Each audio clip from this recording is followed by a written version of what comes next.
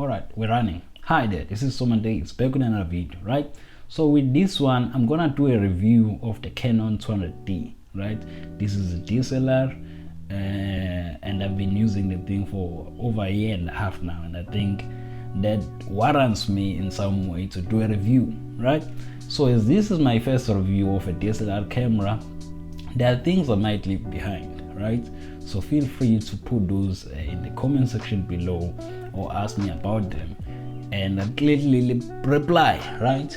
All right, so I'm gonna read in some of the sections of this video, so please bear with me here, right? So let's get this thing out of the way first, right? A few observations. I've said before, I put out a video saying gear doesn't matter, right? But only to a certain extent, right? So the first time, or during my few months of using this thing, or let's say weeks of using this thing, I wasn't really taking really good pictures, right, with it. And as my skill progressed in terms of using this thing, like my photography game was revolutionized, right? The same thing happened, I think it was more than a few months, I think it was like a year of shooting video. But as soon as I introduced better lighting techniques, got very skilled in terms of color correction, color grading, and whatever that is involved in shooting video, my video quality improved, right? So what I'm saying here is, to a certain extent, gear doesn't matter, and it will be upon the skill of the photographer or videographer involved in the thing, and the gear or the supporting gear they use, lighting, the audio, and all the other things that make videos, right? And the lens in terms of photography, right? So let's talk about the camera. The thing has a 24 megapixel camera or sensor, and this is an APS-C sensor, which means it's not full frame, obviously. It's a small sensor, and with this sensor, well, you have a lot of playing ground, right? It's more than you'd want for a lot of things, all right? And it shoots raw, obviously it's a DSLR. All right, I forgot to add, this thing shoots 6 frames per second, right? So if you want to shoot like fast action sports and whatnot, you might not want to use this camera. And it comes with the kit lens, right? With the kit lens, well, let's put it like this: if you're a beginner photographer, there's nothing wrong with using this kit lens here. But if you've photographed things before and whatnot, the kit lens isn't really that sharp. It's a lot of chromatic aberration you have to deal with. The lens, it's crappy, right? Obviously I'm using it now when it's coupled with better lighting and whatnot, it works well for video, and it's very wide, right? It's the 18-55 f3.5 to 5.6, right? It's very wide and whatnot, right? Obviously you will expect it not to do that well in terms of low light and whatnot. So lens wise, the lens that comes with the camera depends on who you are, depends on what you want to use it for, but I don't recommend it that much, right? You might buy it with the camera because, well, it's cheaper that way and doesn't hurt owning an extra lens, but yeah, it's not that good. Okay, the first thing, or the second thing I want to talk about here is at the viewfinder, right? You always see people when shooting pictures, they put their eye in there and keep on shooting like this, right? I quickly realized when I got this camera that wasn't working for me, right? This camera is a manual viewfinder, which means the camera, or the lens and the eye, the camera will show you what your eye or the lens sees instead of showing you what the camera sees, right? Problem with this, well, if you don't know the settings that are supposed to fit a certain situation, then you're gonna have a problem, because the pictures you see on the viewfinder are not gonna be the same as the pictures you will be shooting there, right? So I didn't use the viewfinder a lot after I realized this fact, right? The thing that it's useful for, it's getting focus, right? well, getting focus on that thing, there are those red dots there and whatnot. It's easier to nail focus using the viewfinder, right? Mostly though, I was using the screen, the flippy screen. It's a touch screen, easy to just focus. You just tap to the area you want to focus, and you can even just tap to shoot. It's very easy, right?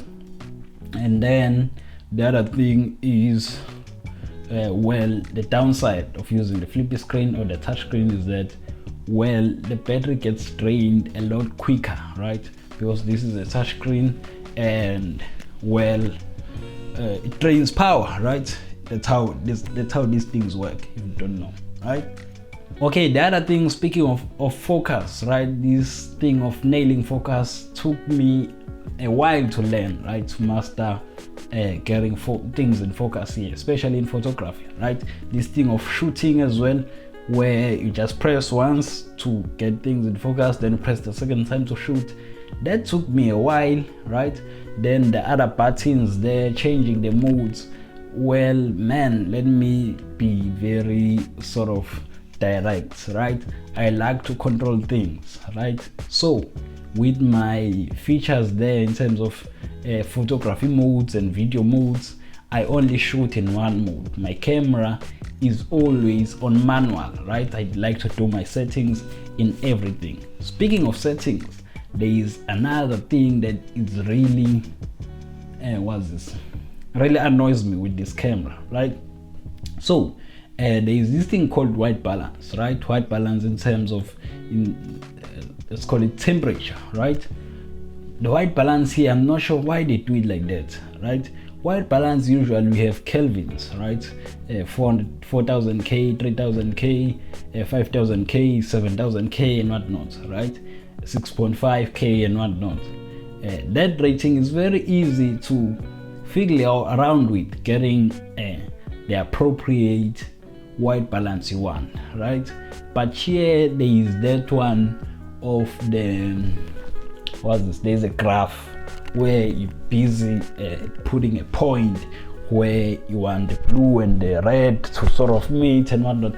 I'm not sure why you have that thing on this thing here, right? Would have been easier if you had the custom white balance where you just keep on increasing the numbers there. Would be easier also, well, if you want to sync or synchronize a white balance between multiple cameras. It's very easy if you're working with a certain number, right? That's the one thing I didn't like here. Speaking of what features of this camera, right? Image quality wise, as I've said, this thing is 24 megapixel. It's really good quality there. It's a lot of pixels, and then there is usable ISO of up to 25,600, right? In photography, right? I haven't gone up that much. I think my highest is 6,400, and I rarely get there, as well as there is grain that gets introduced to the image, and I don't like it, right?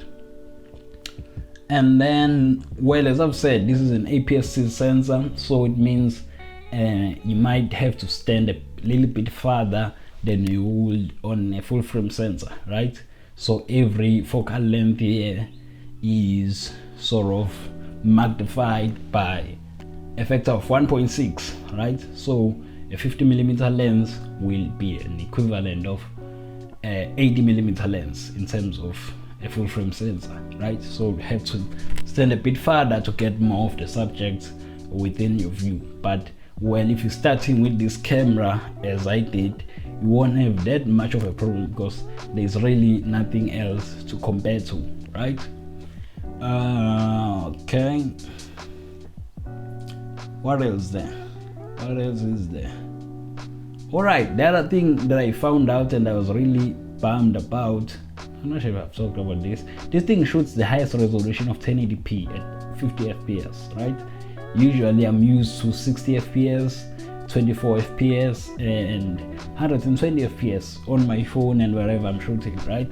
I found out that this thing is region based, right? If you're in your region, 25 fps is the standard. Your camera would come with 25 fps, right? So this video is 50 fps Obviously I shoot mostly at 25 fps and 50 fps for slow motion, right? 50 fps compared to 60 fps, it's really a big difference for me, right? I was really bummed to see this is the case here, right? Okay, so as I'm a solo filmmaker, in terms of vlogging and YouTubing and whatnot, this thing called the flippy screen here that I've talked about is really useful, right? The only thing that's a bummer right now is the fact that there is no option to sort of, maybe I haven't found it, but I haven't seen the thing. There is no option to fix the rotation of the screen, right? It's really disturbing when if you want to review footage and you just tilt the thing a bit and it just goes upside down. There should be an option to just fix the view of the screen. That will be greatly appreciated, right? Then, well, this thing has built-in mics and accepts mics via the 3.5mm jack, headphone jack, right?